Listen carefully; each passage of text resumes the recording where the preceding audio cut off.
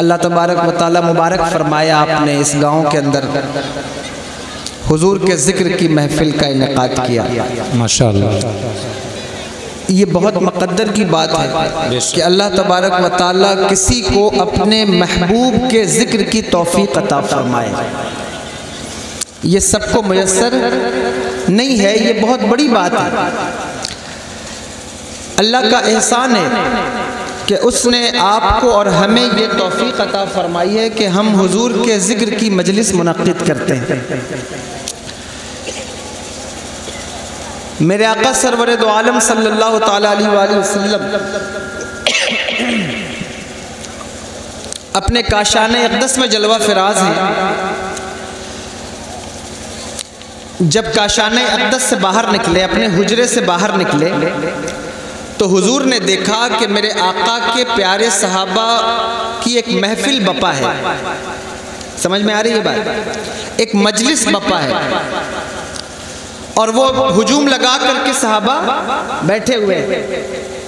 تو میرے آقا نے ارشاد فرمایا اپنے صحابہ کو مخاطب کر کے کہ ما اجلسکم، تمہیں یہاں کس چیز نے بیٹھایا ہے؟ تم یہاں کیوں بیٹھے ہو؟ تو اب توجہ ہے آپ کی، سن رہے ہیں صحابہ نے کیا جواب دیا؟ سنیے۔ صحابہ ارشاد عرض کرتے ہیں یا رسول اللہ صلی اللہ علیہ وسلم، جلسنا نذکر اللہ ونحمدہ علی ما ہدانا لدینہ ومننا علینا بکا۔ انہوں نے کہا کہ یا رسول اللہ صلی اللہ علیہ وسلم، ہم یہاں بیٹھے ہیں اللہ کا شکر ادا کرنے۔ جملہ یاد رہے گا؟ موبائل رکھ دو تھوڑی دیر، وہ ویسے بھی ریکارڈ کرتے ہیں، وہ پوری دنیا میں جاتا ہے، اور آپ کے موبائل کی کوالٹی سے اچھی کوالٹی ان کے پاس ہوتی ہے، وہ جو وہاں بیٹھے ہوتے ہیں۔ آپ سن لیں، اور اگر پھر بھی آپ کو شوق ہے تو میں کیا کہہ سکتا ہوں اس میں، لیکن میں کہوں گا کہ آپ سن لیں تو یہ آپ کے لیے بہت بہتر ہوگا۔ موبائل پر تو روز سنتے ہوگے، سنتے ہو کہ نہیں؟ سنتے ہو نا؟ تو جب آج لائیو ٹیلی کاسٹ ہو رہا ہے تو آپ سامنے سے سنیں، تو یہ آپ کے لیے زیادہ بہتر ہے۔ اور جو نہیں آئے ہیں آپ ان کو سنانا چاہتے ہیں، اگر آپ کا ارادہ یہ ہے کہ ہم چلا دیں تاکہ جو لوگ بستر پر ہیں وہ وہیں سے سن لیں، تو ان کے لیے یہ جو ساؤنڈ سسٹم لگا ہے وہ کسی حد تک ان تک آواز پہنچ جائے گی، آپ اس کے لیے تکلف نہ کریں۔ جملہ یاد رہے گا، صحابہ نے کیا کہا؟ محفل لگا کے بیٹھے تھے، حضور نے پوچھا کہ کیوں بیٹھے ہو؟ حضور نے کیا کہا؟ کیوں بیٹھے ہو؟ تو صحابہ نے کہا یا رسول اللہ صلی اللہ علیہ وسلم، ہم کیوں بیٹھے؟ ہم اللہ کا ذکر کر رہے ہیں، شکر کر رہے ہیں، اور اس کی حمد بیان کر رہے ہیں۔ کس بات پر؟ اس نے جو ہمیں دین عطا فرمایا، وَمَنَّا عَلَيْنَا بِكَ، اور کہتے ہیں یا رسول اللہ آپ کی صورت میں جو احسان ہم پر کیا ہے ہم اس کا شکر ادا کرنے کے لیے بیٹھے۔ مجلس کا پتہ چل گیا کہ مجلس ہوتی کیوں ہے، یہ جو محفل میلاد ہے یہ کیوں ہے؟ کیوں ہے کہ ہم شکر ادا کریں کہ اللہ نے ہمیں دین عطا فرمایا، اور وہ نبی عطا فرمایا، وہ محبوب عطا فرمایا، وہ پیغمبر عطا فرمایا کہ جس کی شان اور جس کی عزت اور جس کی عظمت ساری زندگی بھی ہم بیان کرتے رہیں تو بیان نہیں کر سکتے، بلکہ ان کی عظمت کی عین کوئی جان نہیں سکتا۔ میرے امام کہتے ہیں فرش والے تیری شوکت کا علو کیا جانے، فرش والے تیری شوکت کا علو کیا جانے، خسروا عرش پہ اڑتا ہے پھریرا تیرا، وہ نبی اللہ نے ہمیں عطا فرمایا۔ اب اپنے دل پر ہاتھ رکھ کر بتاؤ، یہاں آپ بھی بیٹھے اور میری بہنیں بھی بیٹھی ہیں، مائیں بھی، بس اس سوال کا جواب دے دو کہ کیا آپ اس لیے بیٹھے ہیں کہ آپ اللہ کا شکر ادا کریں کہ اے اللہ تو نے ہمیں دین عطا فرمایا، اور پھر اپنا محبوب اور اس محبوب کی امت میں ہمیں پیدا فرمایا۔ اگر یہ تصور تمہارے ذہن میں دل میں ہے تو آپ قابل مبارکباد ہیں، اور اگر یہ تصور ہی نہیں ہے اگر آپ یہ سمجھتے ہی نہیں ہیں کہ آپ نے محفل کیوں کی ہے، اس مجلس کا مقصد کیا ہے، تو پھر آپ کے لیے ضروری ہے کہ آپ محفل کے مقصد کو سمجھیں۔ محفل میلاد مصطفیٰ کوئی فارمیلٹیز نہیں ہے، محفل میلاد مصطفیٰ کوئی رسمی طور پر اسے منعقد نہیں کیا جاتا، بلکہ اس مجلس کا تعلق، اس محفل کا تعلق اللہ اکبر کبیرہ عشق رسالت سے ہے اور اپنے مقدر سے ہے۔ اگر تمہیں یہ مقدر مل گیا ہے کہ تم حضور کی مجلس میں آنے کا ڈھنگ سیکھ گئے ہو، اگر تمہیں وہ مقدر مل گیا ہے کہ اللہ نے تمہیں اتنی بڑی دنیا میں کسی اور مذہب میں پیدا نہ کر کے مصطفیٰ جان رحمت کی امت میں پیدا کیا ہے، تو پھر اس موقع کو رائگاں نہ کرو، اس موقع کو برباد نہ کرو، بلکہ اس مجلس کی اہمیت کو سمجھ جاؤ اور اس محفل کے تقدس کو پامال نہ کرو۔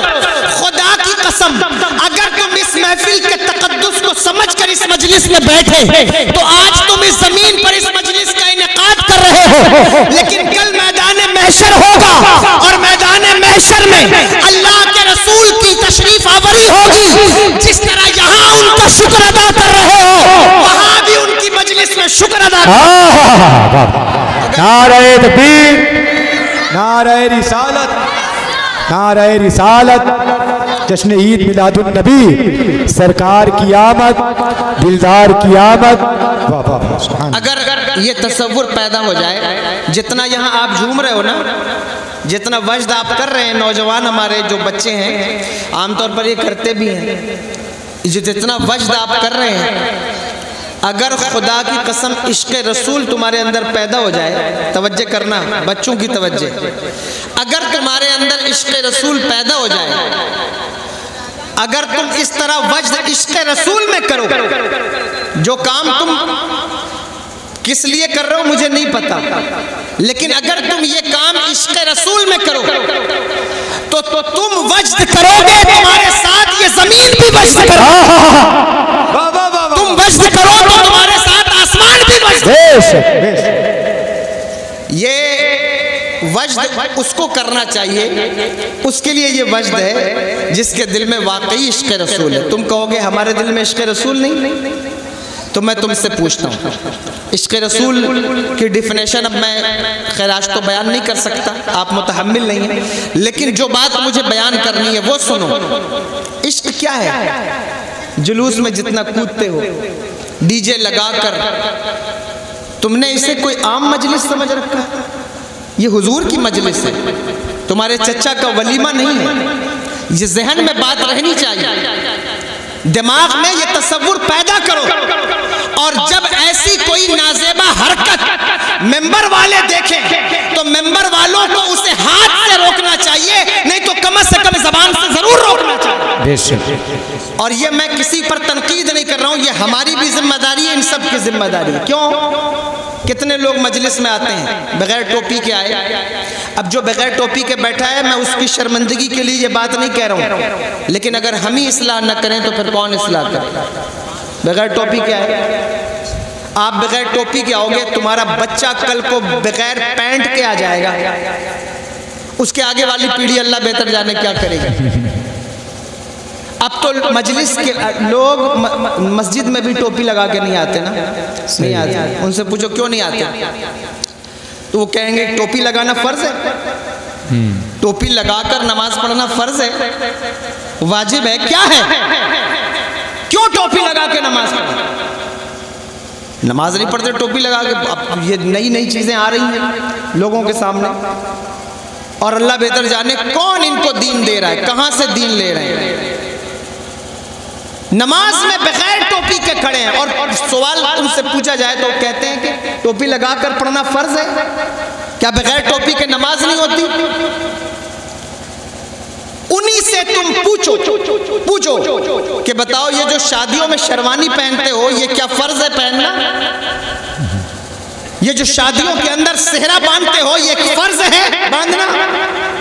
اس پر تو کبھی تم نے کوئی مہم نہ چلائی کہ شادیوں کی فضول خرچیاں بند ہو جائیں۔ یہ جو 150 طرح کی ڈشز ہیں یہ کیا فرض ہے، واجب ہے، سنت ہے، کیا ہے؟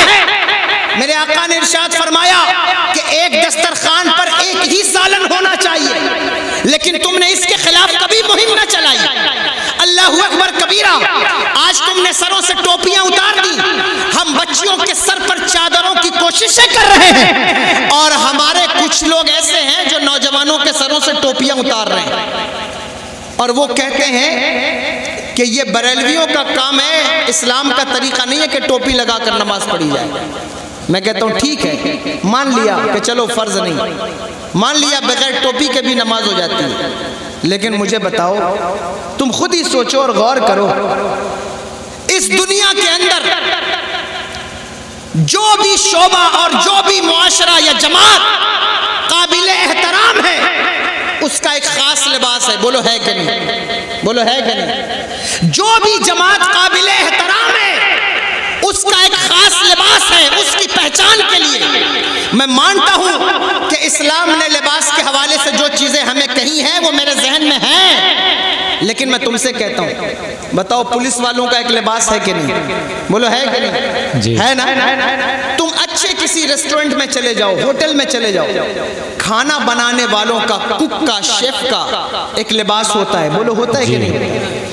تم فلائٹ میں چلے جاؤ، فلائٹ کے کیپٹن کا، وہاں کے کرمچاریوں کا ایک لباس ہوتا ہے یا نہیں ہوتا؟ ہوتا ہے لباس۔ ایئر ہوسٹس کا ایک لباس ہوتا ہے یا نہیں ہوتا؟ سب کا لباس ہے، سب کا لباس ہے۔ یعنی اگر کوئی کسی ایسی ویسی کمپنی میں کام کرے تو بھی کمپنی اسے ایک مہذب لباس دیتی ہے، تو بھی کمپنی اسے ایک سیویلائز جو ہے مہذب لباس دیتی ہے، اور اگر وہ لباس اپنی ڈیوٹی کے وقت نہ بھی پہنے، لیکن جب اپنے باس کے سامنے حاضر ہونا تو وہ لباس ضرور پہنتی ہے، بولو پہنتی ہے کہ نہیں؟ پولیس والے ہو سکتا ہے کہ تھانے میں بغیر لباس کے بیٹھ جائیں، لیکن جس دن کمشنر کے ہاں میٹنگ ہوگی نا، اس دن کوئی بغیر لباس کے نہیں ہوگا، اس دن کوئی اپنا کاسٹیوم نہیں چھوڑے گا۔ اور تم تو اس اللہ کی عبادت کر رہے ہو جس نے ساری دنیا کو پیدا فرمایا ہے، تو مجھے بتاؤ جب تم حاضر نماز ہوگے تو کیا تمہارا ایک مخصوص لباس نہیں ہونا چاہیے؟ کیا تمہارا طریقہ بہترین نہیں ہونا چاہیے؟ اللہ اکبر کبیرہ، یہ وہی طریقہ ہے جو غوث اعظم نے ہمیں سکھایا، جو غریب نواز نے ہمیں سکھایا، جو مفتی اعظم نے ہمیں سکھایا، لیکن لوگ ان طریقوں کو چھوڑ کر، خیر میں دوسری طرف چلا جاؤں گا، میں صرف اتنا کہہ رہا ہوں، آپ مجلسوں کا ادب پامال نہ کریں، اور اس محفل کو اس محفل کی طرز پر منعقد نہ کریں جو آپ کی پرسنل محفلیں ہیں۔ تم ولیمے میں جیسے کودتے ہو ویسے حضور کی محفل میں بھی کودنے لگو گے تو فرق کیا رہ جائے گا؟ حضور کی مجلس، حضور کی محفل یہ کوئی معمولی مجلس نہیں ہے، اس محفل کی اہمیت تمہیں پتہ نہیں ہے۔ اس محفل میں اگر کوئی سچے دل سے بیٹھے، جاہل ہو اور محفل میں بیٹھنے کی رغبت پیدا ہو جائے، اللہ اسے علم عطا فرما دے۔ سبحان اللہ، سبحان اللہ۔ گناہگار ہو، اللہ اکبر کبیرہ، مجلس کے صدقے میں اللہ اس کی بخشش فرما دیتا ہے۔ یہ وہ قیمتی اور عظیم محفل ہے، مجلس ہے، لیکن آپ اس محفل کو برباد نہ کریں۔ پرہیز کریں گے انشاءاللہ، کریں گے۔ نعرہ لگانا، اچھلنا اور وجد جو آپ کر رہے ہیں نا، یہ ایک مرتبہ اگر حضور سے سچا عشق ہو گیا تو آپ کی روح وجد کرے گی، روح وجد کرے گی، اور جن کی روح وجد کرتی ہے وہ خود وجد نہیں کرتے بلکہ ان کو دیکھ کر زمانہ وجد کرتا ہے۔ عشق رسول پیدا ہو جائے تو صرف آسائش کے وقت وجد نہیں آتا، تکلیف میں بھی وجد آتا ہے۔ تمہیں پتہ نہیں ہے، اللہ اکبر کبیرہ، یہ جتنا وجد کر رہے ہو، موت سامنے کھڑی ہو جائے تو یہ سارا وجد نکل جائے گا، لیکن جس کے دل میں سچا عشق رسول ہوگا وہ تو پل صراط پہ بھی وجد کرے گا۔ میرے امام کہتے ہیں رضا پل سے اب وجد کرتے گزریے کہ ہے رب سلم صدا۔ واہ واہ واہ، سبحان اللہ، سبحان اللہ۔ اس لیے سچا عشق، سچا عشق پیدا کرو اور فارمیلٹیز کو چھوڑ دو۔ ان محفلوں میں اس کا کام نہیں، چند اصلاحی باتیں جو آپ یہاں سے سیکھ سکتے ہیں، سمجھ سکتے ہیں، اپنی زندگی کو بہتر بنا سکتے ہیں۔ دیکھو صحابہ نے کہا یا رسول اللہ صلی اللہ علیہ وسلم، ہم اس بات کے لیے بیٹھے ہیں کہ ہم اس بات کا شکر ادا کریں کہ اللہ نے آپ کو ہمیں عطا فرمایا ہے۔ بات تو ختم ہو گئی تھی، لیکن میرے آقا ارشاد فرماتے ہیں کیا تم اس بات پہ قسم اٹھا سکتے ہو قسم اٹھا سکتے ہو کہ تم اسی لیے بیٹھے ہو؟ تو انہوں نے کہا جی یا رسول اللہ ہم قسم اٹھا سکتے. حضور نے کہا انہوں نے قسم اٹھائی کہ واللہ ہم اسی بات کے لیے بیٹھے. تو میرے آقا نے ارشاد فرمایا میرے صحابہ میں نے کسی تہمت کی وجہ سے تم سے قسم نہیں لی، بلکہ میرے پاس جبریل امین آئے اور انہوں نے عرض کی یا رسول اللہ صلی اللہ علیہ وسلم آپ کے صحابہ اللہ کا شکر ادا کر رہے ہیں آپ کی نعمت پر، یعنی آپ کی بعثت پر. یا رسول اللہ صلی اللہ علیہ وسلم اللہ تبارک و تعالی اس عمل پر فرشتوں کے درمیان مباحات فرما رہا ہے، فخر فرما رہا ہے. سبحان اللہ. یہ کتنا خوبصورت عمل ہے. اگر آپ اس چیز کے لیے بیٹھے ہیں تو آپ قابل مبارکباد ہیں، آپ قابل مبارکباد ہیں. اس نبی کا تذکرہ کرنے بیٹھے. ایک اور روایت اجازت ہو تو سنا دیں اگر آپ بیدار ہو یا سن رہے ہیں یا نہیں سن رہے ہیں، نہیں تو تقریر شروع کروں. سن رہے ہیں؟ ایک اور روایت سنیے. دوسری روایت کے الفاظ ہے حضور تشریف لائے تو حضور نے دیکھا کہ صحابہ انبیاء کرام کا تذکرہ کر رہے ہیں. کس کا تذکرہ کر رہے ہیں؟ انبیاء علیہ السلام کا. کسی صحابی نے کہا کہ اللہ نے حضرت آدم علیہ السلام کو کیا شان دی کہ وہ ابو البشر ہیں، انسانوں کے باپ ہیں. اللہ نے ان کو کیا مرتبہ عطا فرمایا. پھر کسی نے آگے بڑھ کے کہا حضرت ابراہیم علیہ السلام کی کیا شان ہے کہ اللہ نے انہیں اپنا خلیل بنایا. حضرت ابراہیم علیہ السلام کا کیا مرتبہ ہے کہ انہوں نے اپنے بچے کی گردن پر چھری رکھ دی اور پھر اللہ نے ان کے بچے کے بدلے میں دمبا بھیج دیا. اللہ اکبر. ان کی کیا شان ہے کہ وہ آتش نمرود میں گئے اور اللہ نے اس آگ کو گلزار بنا دیا. پھر کسی نے آگے بڑھ کے کہا کہ حضرت موسیٰ علیہ السلام کی کیا شان ہے کہ وہ اللہ سے ہم کلامی کا شرف اللہ نے انہیں عطا فرمایا، اللہ سے گفتگو کرنے کا شرف انہیں عطا فرمایا. سر پر امامہ ہے، ہاتھ میں عصا ہے اور مصر کے ظالم کے سامنے حضرت موسیٰ علیہ السلام کھڑے ہو کر کے تبلیغ دین کر رہے ہیں. کہنے والے کہتے ہیں کہ ان کو کیا شان اللہ نے عطا فرمائی. دوسرے صحابی نے کہا ہوا کذالک، بالکل وہ ایسے ہی ہے جیسے تم نے کہا. پھر کسی نے کہا کہ حضرت عیسیٰ علیہ السلام کی کیا شان ہے، حضرت یوسف علیہ السلام کی شان ہے. اتنے میں میرے آقا تشریف لائے. جب حضور تشریف لائے تو حضور نے صحابہ سے کہا کہ تم کیا کر رہے تھے؟ تو صحابہ نے کہا یا رسول اللہ صلی اللہ علیہ وسلم ہم تو اللہ کے نبیوں کا تذکرہ کر رہے تھے. سبحان اللہ. اللہ کے نبیوں کا تذکرہ کر رہے تھے. تو حضور نے فرمایا تم نے کیا کہا؟ تو سیریل وائز صحابہ نے بتایا کہ ہم نے حضرت آدم علیہ السلام کا تذکرہ کیا، حضرت موسیٰ علیہ السلام کا تذکرہ کیا، حضرت عیسیٰ علیہ السلام کا تذکرہ کیا. تو میرے آقا نے ارشاد فرمایا ہوا کذالک، تم نے جیسی بات ان کے بارے میں کہی ہے وہ ایسے ہی ہیں. لیکن آگے جملہ سنو میرے آقا کا جن کی محفل میں تم بیٹھے ہو.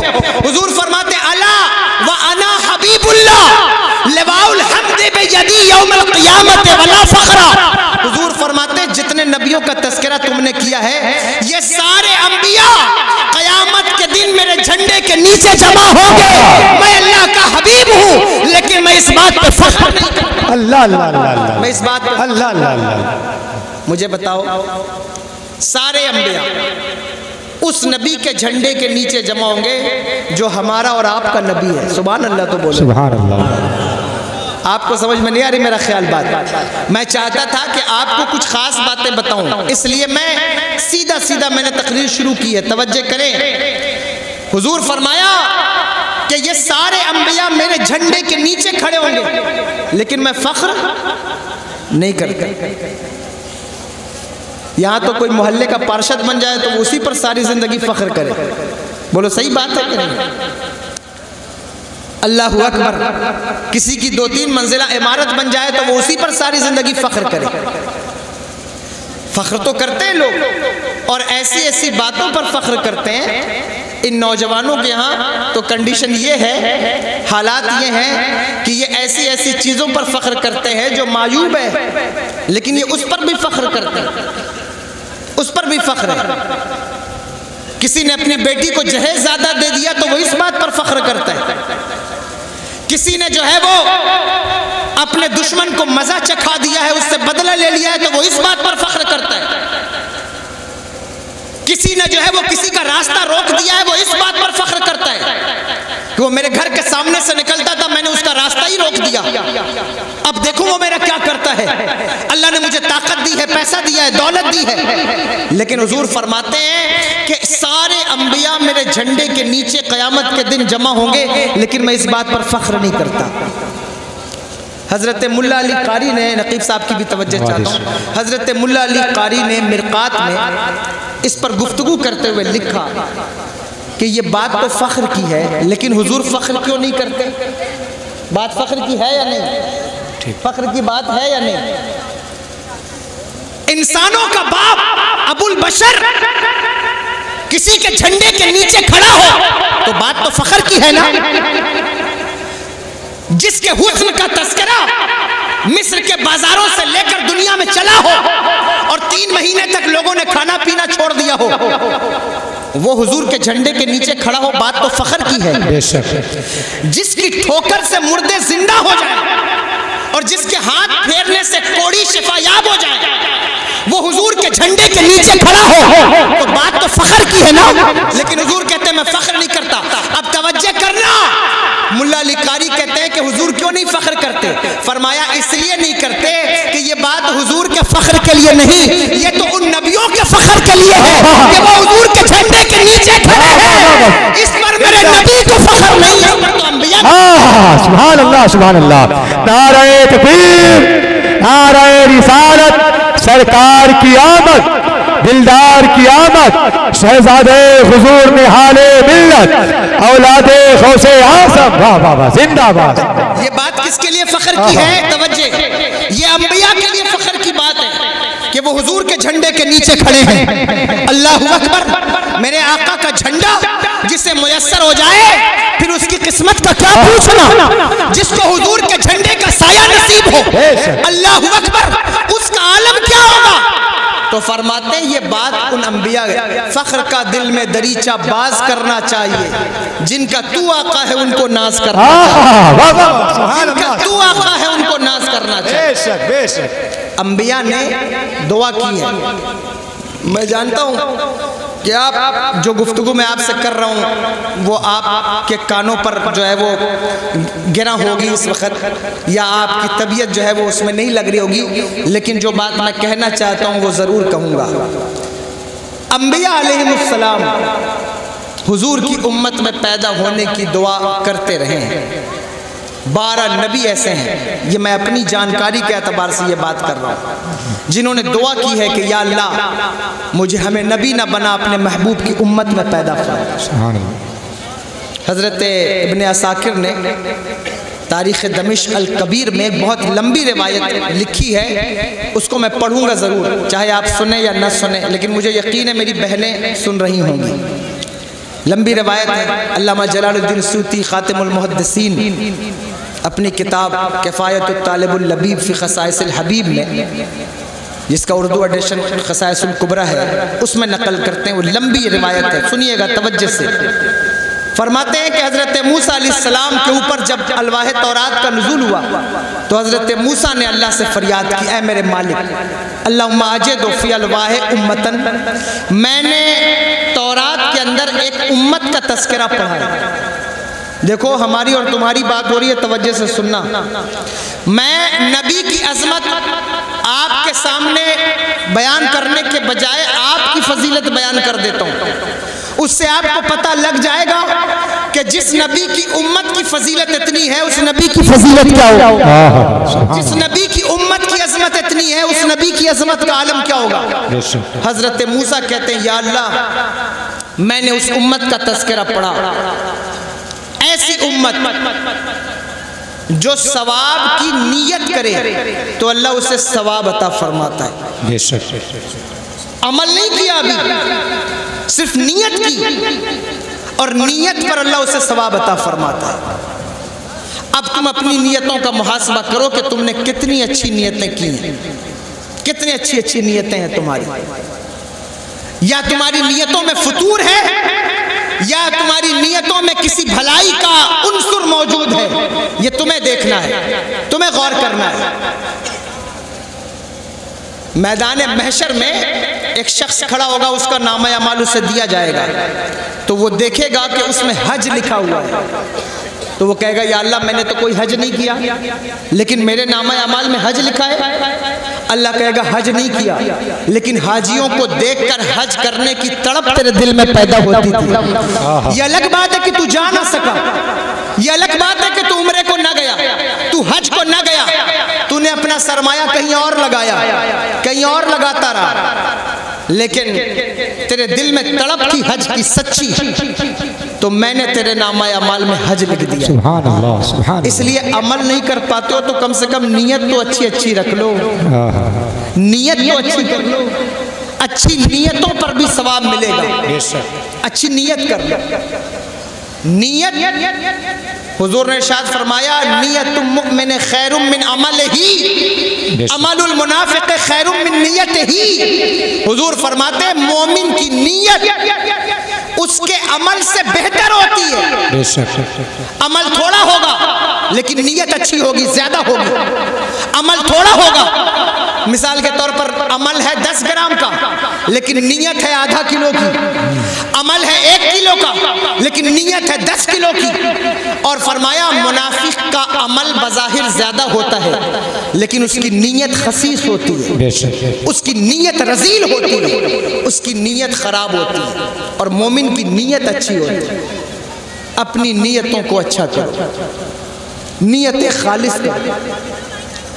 جب مجلس میں آؤ تو اس نیت کے ساتھ نہ آؤ کہ ہم نے مجلس منعقد کی ہے اور صبح ہوگی تو ہم 4 گاؤں والوں سے کہیں گے کہ ہم نے تو سید صاحب کو بلایا تھا، ہم نے تو فلاں نقیب صاحب کو بلایا، ہم نے تو فلاں شاعر صاحب کو بلایا اور ہمارا جلسہ بڑا کامیاب ہوا، ہم نے تو بڑے لوگ اکٹھا کیے، ہم نے تو بڑا استقبال کیا، ہم نے تو بڑا جو ہے وہ اچھل کود کے نعرے لگائے۔ اس نیت کے ساتھ جلسے نہ کرو، بلکہ اس نیت کے ساتھ کرو کہ ہمارے جلسے میں کوئی آئے یا نہ آئے لیکن ہماری نیت یہ ہے کہ مدینے کا تاجدار ضرور آئے گا، احمد مختار ضرور آئے گا، ہم کسی کو دکھانے کے لیے جلسہ نہیں کریں۔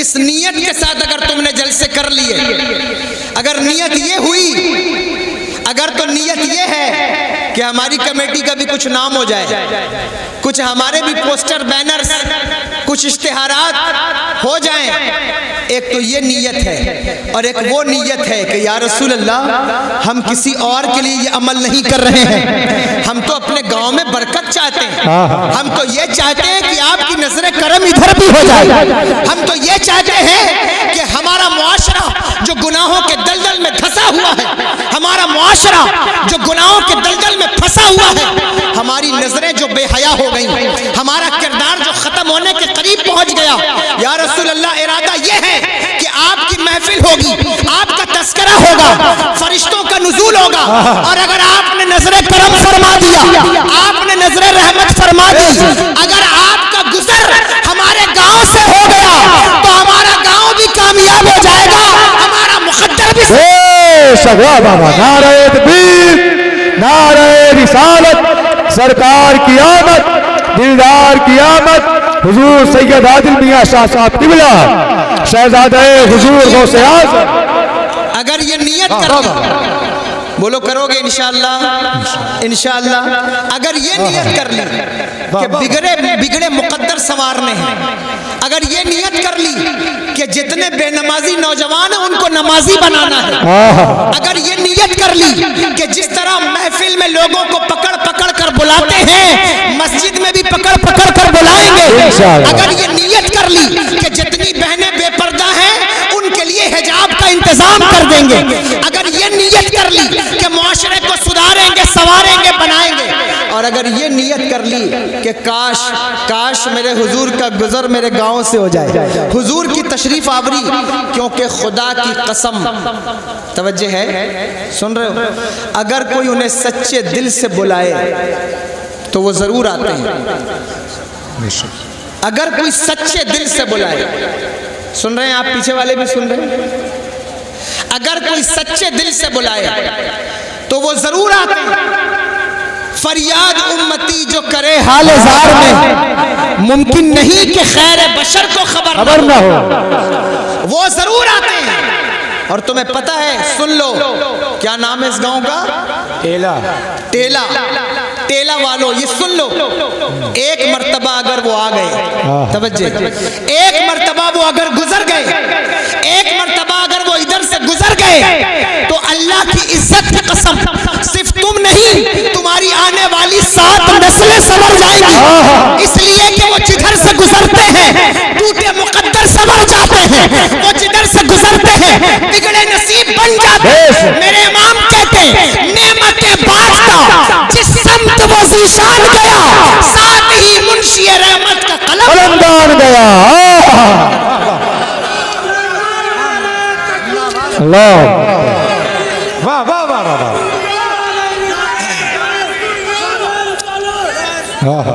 وہ جدھر سے گزر جائیں گے ٹوٹے مقدر سنور جائیں گے۔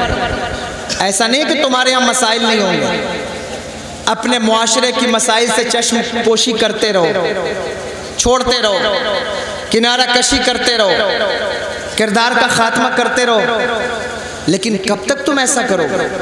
جب تک تمہاری نیتیں خالص نہیں ہوں گی، تمہارے دکھ کا مداوع نہیں ہو سکتا۔ تمہارا علاج یہی ہے، بلکہ میں تو یہ سمجھتا ہوں کہ دنیا کے ہر مرض کا علاج یہی ہے کہ حضور کی محبت پیدا کر لی جائے، کیونکہ ان کی محبت وہ دوا ہے، اور اس دوا میں وہ شفا ہے کہ وہ اللہ اکبر کبیرہ ہر مریض کو شفا یاب کرتی ہے، ہر مریض کو شفا دیتی ہے۔ حضور کی محبت ایسی، جس کو یہ محبت ہوئی، ٹوٹے ہوئے معاشرے کی دوا حضور کی محبت، بگڑتے ہوئے نوجوانوں کی دوا حضور کی محبت، بچیوں کے سروں سے اترتی ہوئی چادروں کی حیا عشق رسول، یہی ہے، یہ پیدا کرنا۔ اس کے لیے تمہیں اپنی نیتوں کو خالص کرنا ہوگا، خالص کرنا ہوگا، اور خالص کر کے محفل کا انعقاد کرنا ہوگا۔ پھر اس محفل میں کوئی فارمیلٹی نہیں ہوگی، کوئی رسم نہیں ہوگی، بلکہ تمہارے دھڑکتے ہوئے دل ہوں گے، اور تمہاری فریاد ہوگی کہ یا رسول اللہ، سنا ہے آپ عاشق کے گھر تشریف لاتے ہیں، میرے گھر میں بھی ہو جائے چراغ آیا۔ پھر یہ فریاد ہوگی، اور پھر جس کی یہ فریاد ہو، جس کا یہ ارادہ ہو، خدا کی قسم وہ کبھی مایوس نہیں ہو سکتا، بے شک وہ کبھی مایوس نہیں ہوگا، کیونکہ جب جب ان کو کوئی پکارتا ہے وہ ضرور آتے ہیں، وہ ضرور آتا ہے۔ تمہارے دکھ کا علاج یہی ہے، یہی اپنی محفلوں کو اچھا کرو، کریں گے انشاءاللہ۔ اچھا کرنے سے مراد کیا؟ کہ محفلوں میں ادب کے ساتھ بیٹھو، باوضو بیٹھو، ٹوپیاں لگا کے بیٹھو، داڑیاں سجا کے بیٹھو، اور کم از کم دل کی غلاظتیں، دل کی کدورتیں نکال کے بیٹھو۔ جب محفلوں میں بیٹھو تو اس شوق اور اس ذوق کے ساتھ بیٹھو کہ آج حضور کی محفل میں بیٹھے ہیں، یہاں سے اٹھیں گے تو جنتی بن کے اٹھیں گے، یہاں سے اٹھیں گے تو جنت کا مزدہ لے کے اٹھیں گے۔ خدا کی قسم ان مجلسوں سے جنتیں تقسیم ہوتی ہیں اگر کوئی سچے دل سے بیٹھے، بے شک، اگر کوئی سچے دل سے بیٹھے تو یہ ہوتا ہے اور یہ ملتا ہے۔ ہاں لگن سچی ہو، وہ تمہاری لائٹنگ نہیں دیکھتے، وہ تمہارا جو ہے وہ اللہ اکبر کبیرہ پیسے اڑانا نہیں دیکھتے، ان کی نظر تو یہاں ہے، بے شک، دل پر۔ تمہارے دل کیا ہیں؟ حضرت شاہ ولی اللہ محدث دہلوی رحمت اللہ تعالی علیہ، بہت بڑا نام ہے، سنا ہے کہ نہیں؟ اور یہ ہر مکاتب فکر کے ہم معتبر، بے شک۔ ہم تو مکتب والے لوگ نہیں ہیں، مکتبے والے لوگ اور ہوتے ہیں، ہم مکتبے والے نہیں، ہم تو میکدے والے لوگ ہیں۔ رند جو مجھ کو سمجھتے ہیں انہیں ہوش نہیں، میکدہ ساز ہوں میں، میکدہ بردوش نہیں۔ ہم مکتبے والے نہیں، ہم میکدے والے، لیکن ہر مکتبے فکر کے یہاں معتبر نام ہے حضرت شاہ ولی اللہ محدث دہلوی۔ انہوں نے ایک کتاب لکھی ہے، اس کا نام ہے در ثمین فی مبشرات نبی الامین۔ اس میں انہوں نے اپنے والد شاہ عبد الرحیم دہلوی محدث دہلوی کے خواب اور وہ روایتیں جو حضور سے انہوں نے لی وہ سب اس میں کوٹ کر دیں۔ بڑی قیمتی کتاب ہے، اب اردو میں بھی دستیاب ہے۔ تو انہوں نے لکھا ہے کہ میرے والد شاہ عبد الرحیم محدث دہلوی، مشہور واقعہ آپ نے سنا ہوگا میرا خیال ہے، لیکن جو بات میں بتانا چاہتا ہوں اس پر توجہ رہے گی۔ کہتے ہیں میرے والد ہر سال حضور کی محفل منعقد کرتے، 12ویں میں حضور کی مجلس منعقد کرتے ہر سال۔ ضروری نہیں کہ 1 لاکھ کا مجمع ہو تو حضور کی مجلس ہو، ضروری نہیں کہ سید صاحب آئیں تو حضور کی مجلس ہو، ضروری نہیں کہ بہت بڑا اسٹیج لگے تو حضور کی مجلس ہو، بلکہ حضور کی مجلس تو یہ ہے کہ اللہ اکبر جب بھی دل مچل گیا، دل تڑپ گیا تو دوستوں کے ساتھ بیٹھ گئے اور ان کا تذکرہ چھیڑ دیا، جہاں ان کا تذکرہ دل سے چھڑ گیا وہی حضور کی مجلس، وہی حضور کی محفل ہے۔ بس بات دل کی ہونی چاہیے، دل کی۔ تو اللہ اکبر ہر سال کرتے تھے اور کھانا بھی کھلاتے تھے، کھانا بھی کھلاتے تھے۔ مجھے بہنوں سے توقع نہیں ہے کہ وہ خاموش رہیں گی۔ ایک محفل میں ایک بادشاہ نے بلکہ اعلان کروایا تھا کہ اگر میرے زمانے میں کوئی سب سے بڑا جھوٹ بولنے والا ہو تو اسے میرے پاس لایا جائے، تو بہت سارے لوگوں کو لایا گیا۔ میری لطیفے کی عادت نہیں ہے، لیکن چونکہ بہنیں بہت بول رہی ہیں اس لیے یہ لطیفہ ان کے نظر کرنا چاہتا ہوں ان کی اصلاح کے لیے۔ تو انہوں نے، بادشاہ نے کہا کہ جو سب سے زیادہ جھوٹ بولنے والا اسے پکڑ کر لاؤ، میں انعام دوں گا۔ تو طرح طرح کے لوگ آتے ہیں، جھوٹ بولنے والوں کی تو کمی نہیں ہے نا، جھوٹ بولنے والوں کی کمی تو نہیں ہے، طرح طرح کے لوگ مل جائیں گے۔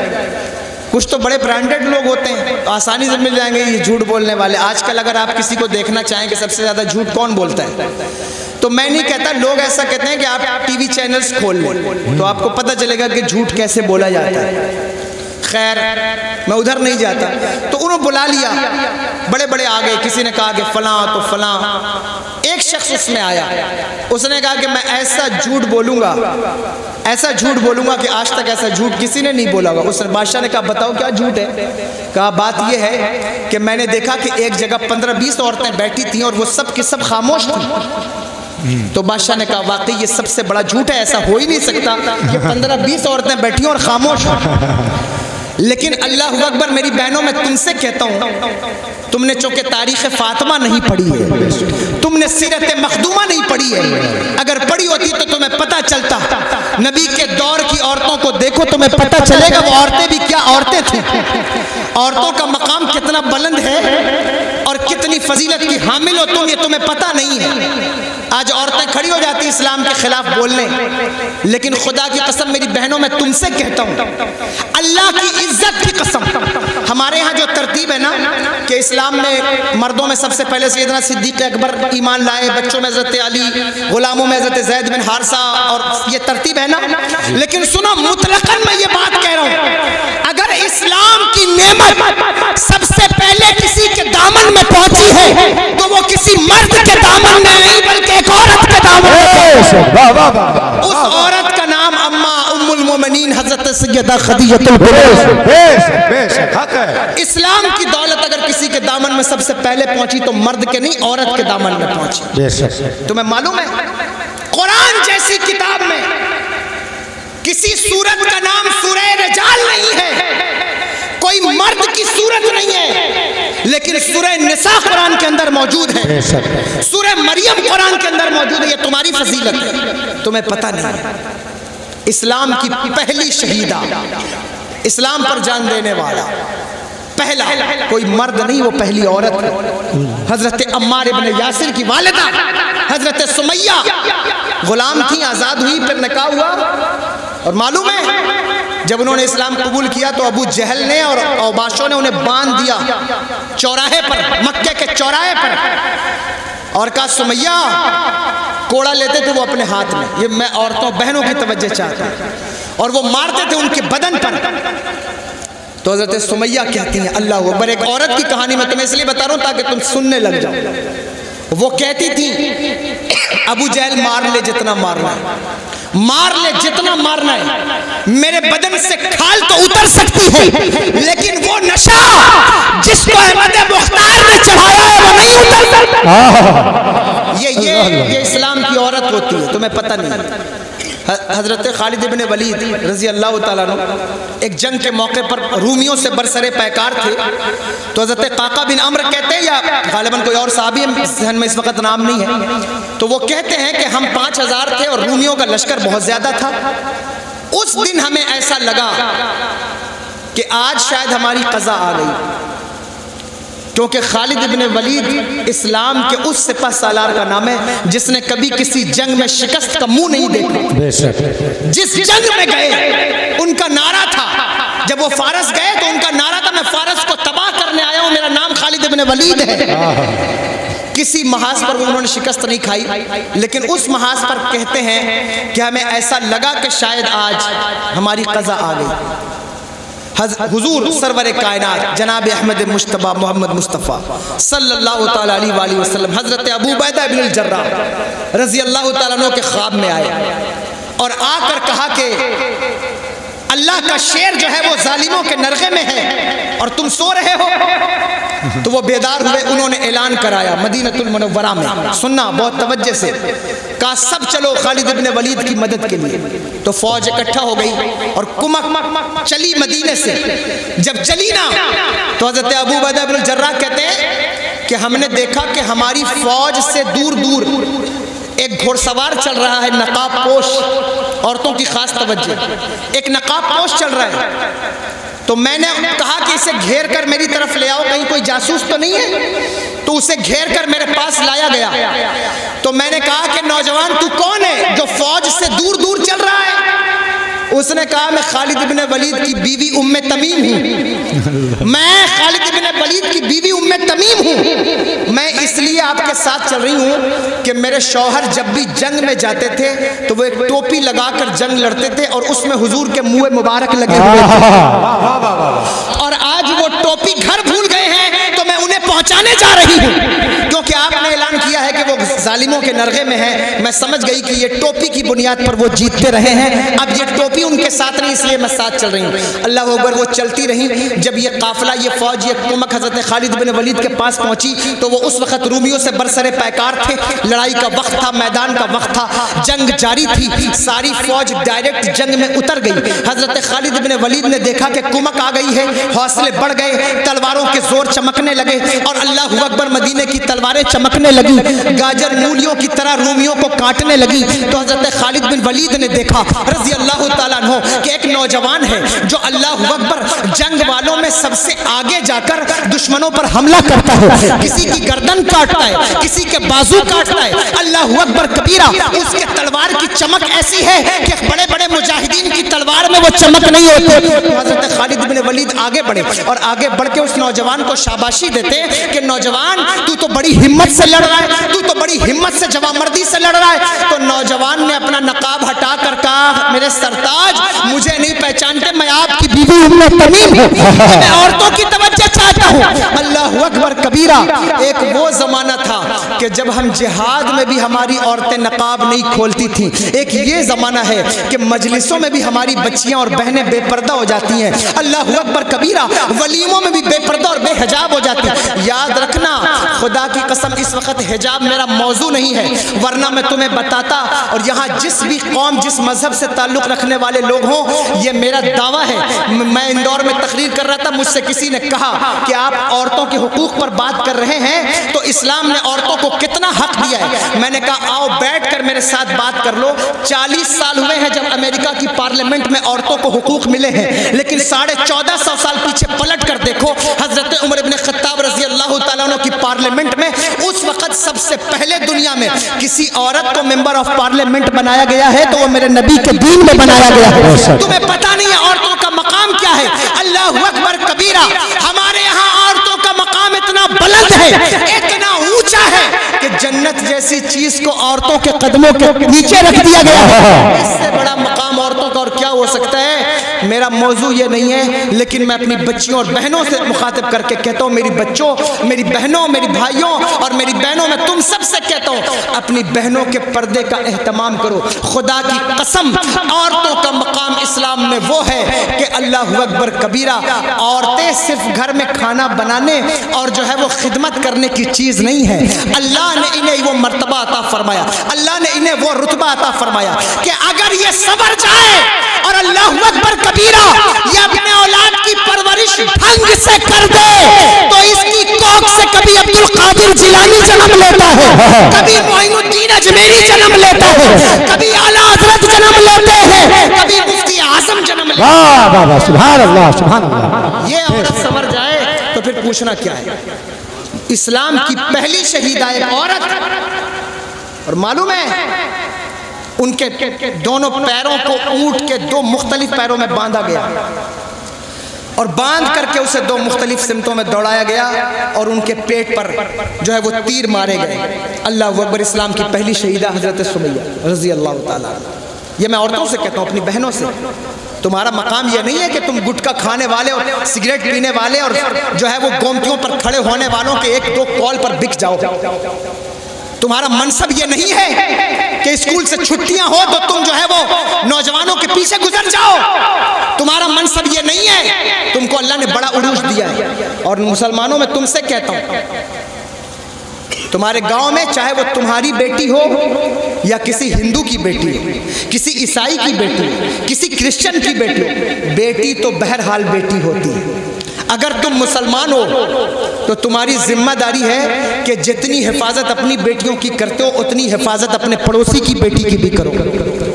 مسلمان وہ نہیں ہوتا جو دوسروں کی بیٹیوں کو لے اڑے، یہ مسلمان نہیں ہے۔ میرے نبی کی بارگاہ میں حاتم طائی کی پوتی لائی گئی، اس کے سر پہ چادر نہ تھی، میرے آقا نے اپنی چادر رحمت اتار کے اس کے سر پہ ڈال دی۔ صحابہ نے کہا یا رسول اللہ یہ مسلمان نہیں۔ حضور فرمایا مسلمان نہیں تو کیا ہوا؟ بیٹی تو ہے، بیٹی تو بیٹی ہوتی ہے چاہے کسی کی بھی بیٹی ہو۔ یہ تمہاری ذمہ داری، تمہاری ذمہ داری۔ میرے بھائیوں، تم نبی کا جلسہ کرنے بیٹھے، بیٹیوں کو پڑھاؤ بھی، بیٹیوں کو بچاؤ بھی۔ اور بیٹی پڑھاؤ بیٹی بچاؤ تم نے 2014 میں سنا ہوگا، لیکن کبھی تاریخ میں جھانک کر دیکھو، یہ نعرہ دنیا میں سب سے پہلے اگر کسی نے لگایا ہے تو وہ مدینے کے تاجدار نے لگایا ہے۔ آج سے 1450 سال پہلے مدینے کی سرزمین پر یہ نعرہ بلند ہوا۔ کب؟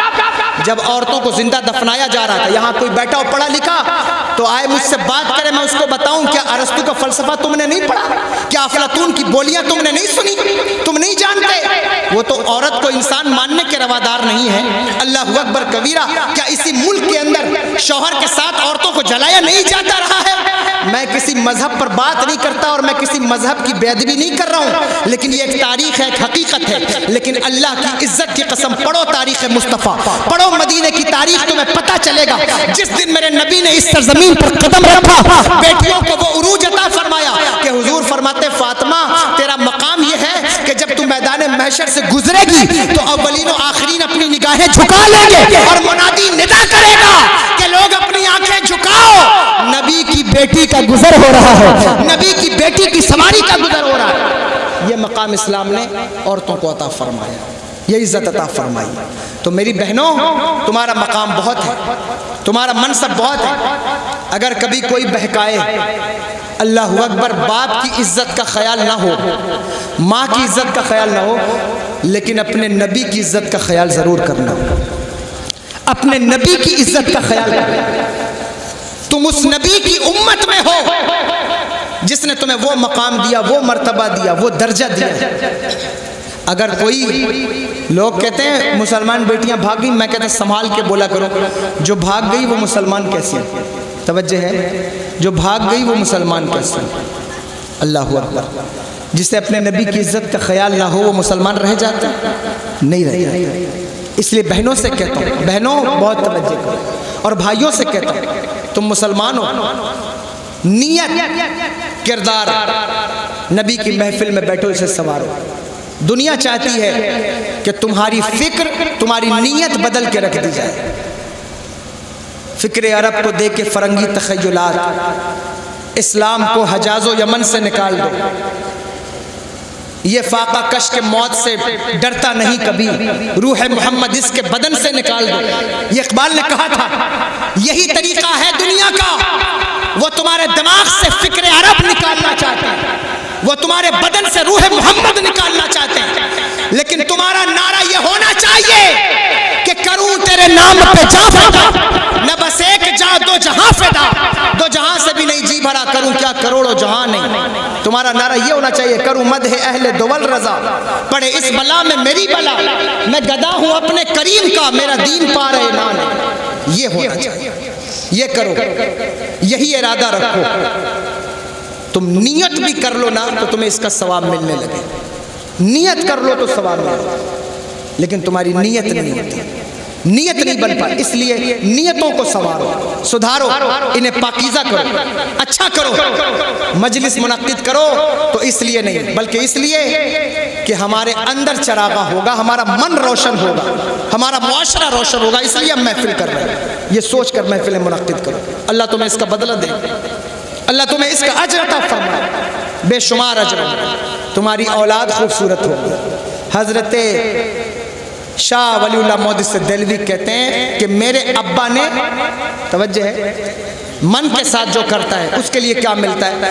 ایک سال میرے ابا ہر سال کرتے تھے محفل، لیکن ایک سال ان کے پاس پیسہ نہیں تھا تو لوگوں کی دعوت نہیں کر سکے، تو سوچا کہ اس سال نہیں کر سکوں گا، پھر سوچا کہ ناغہ ہوگا تو کچھ بھنے ہوئے چنے تھے، انہوں نے اسی پر جو ہے وہ حضور کا ذکر کیا اور اس کو تقسیم کر دیا، حضور کو بارگاہ میں خراج عقیدت کے طور پر پیش کر دیا۔ کہتے ہیں رات جب میرے ابا سوئے، رات میں سوئے تو انہوں نے خواب دیکھا کہ حضور تشریف لائے، خواب میں حضور تشریف لائے۔ اور یاد رکھنا حضور جس کے خواب میں آئے، حضور فرمایا من رآنی فی المنام فقد رآنی فإن الشیطان لا یتمثل فی صورتی۔ حضور فرمایا کہ جس کے خواب میں میں آیا، جس نے مجھے خواب میں دیکھا اس نے مجھے ہی دیکھا۔ کیوں؟ کیونکہ شیطان خواب میں بھی میرے مثل ہونے کا دعویٰ نہیں کر سکتا، خواب میں بھی۔ میں حیران ہوتا ہوں یا اللہ، شیطان کو بھی یہ عقل ہے کہ حضور کی طرح ہونے کا دعویٰ نہیں کرنا چاہیے، لیکن کچھ لوگ ایسے ہیں جنہیں اس دنیا میں عقل نہیں ہے کہ وہ حضور کو اپنی طرح کہہ رہے ہوتے ہیں۔ جس نے حضور کو خواب میں دیکھا اس نے، بولو، حضور ہی کو دیکھا۔ اور دوسری حدیث کے لفظ ہے، فرمایا من رانی فی المنام فسیرانی فی الیقظہ، جس نے مجھے خواب میں دیکھا ان قریب مجھے جاگتے بھی دیکھ لے گا۔ خواب میں دیکھا تو جاگتے بھی دیکھ لے گا۔ اور تمہیں پتہ ہے شارحین کہتے ہیں کہ اگر ساری زندگی جاگتے ہوئے نہ بھی دیکھا تو مرتے وقت ضرور دیکھ لے گا۔ اور جس نے آخری وقت حضور کا دیدار کیا، گر وقت اجل سر تیری چوکھٹ پہ پڑا، جتنی ہو قضا ایک ہی سجدے میں ادا ہو۔ جس نے حضور کو خواب میں دیکھا حضور ہی کو دیکھا، اور حضور نے جس کو جو خواب میں عطا فرمایا حقیقتاً عطا فرمایا۔ اور حضور جس کے خواب میں آئے اپنے ارادے اور قصد سے آئے۔ آپ بتائیے کہ میں آج گھر چلا جاؤں گا اور کل آپ مجھے خواب میں دیکھیں تو مجھے پتہ چلے گا کہ میں آپ کے خواب میں آیا تھا؟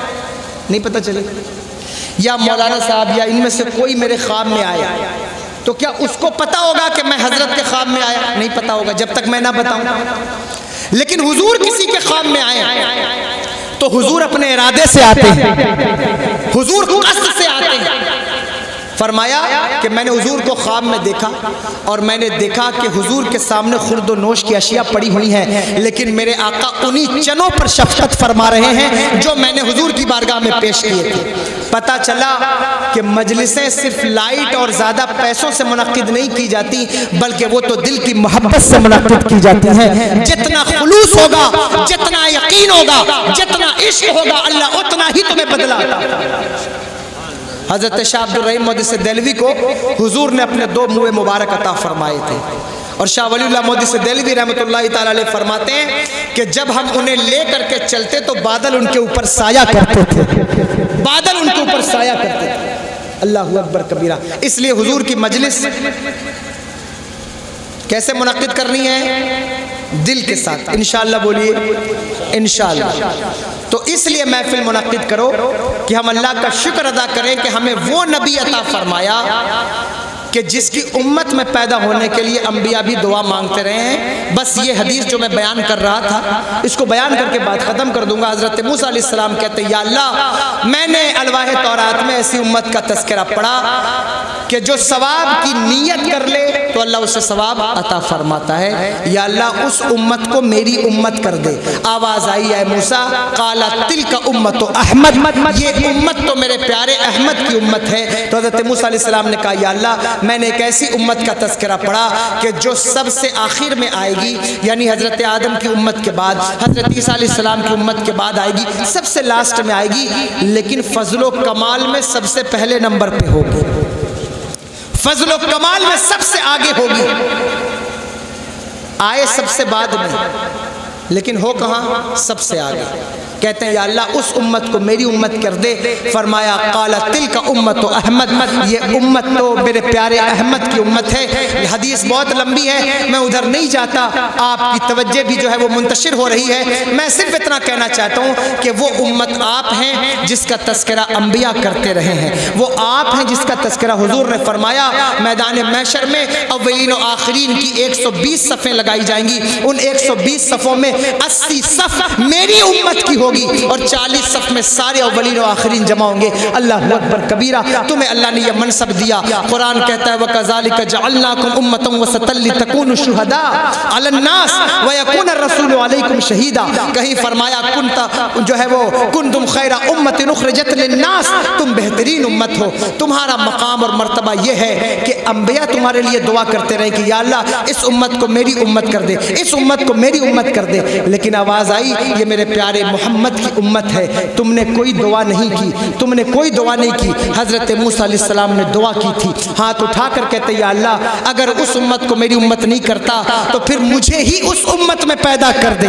اللہ اکبر کبیرہ، تم نے اور ہم نے دعا تو نہیں کی، لیکن یہ ہمارا مقدر ہے کہ ہم پیدا ہوئے تو مؤذن نے ہمارے کان میں چیخ کر کہا مبارک ہو تو محمد عربی کی امت میں پیدا ہوا ہے، اس امت میں پیدا ہوا ہے جس میں انبیاء پیدا ہونے کے لیے دعائیں کرتے رہے، اس امت میں پیدا ہوا ہے، مبارک ہو مبارک ہو۔ اگر اس امت میں پیدا ہوئے ہو تو اپنے کردار کو سنوارو، اپنے کردار کو بناؤ۔ اللہ تمہیں عمل کی توفیق عطا فرمائے، جزائے خیر عطا فرمائے۔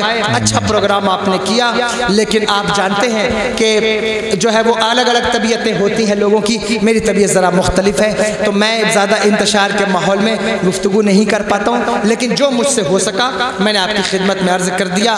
اللہ اکبر، آپ تو سن رہے تھے بڑے شوق سے، ہم ہی سو گئے داستان کہتے کہتے۔ استغفر اللہ ربی من کل ذنب واتوب الیہ وما علینا الا البلاغ۔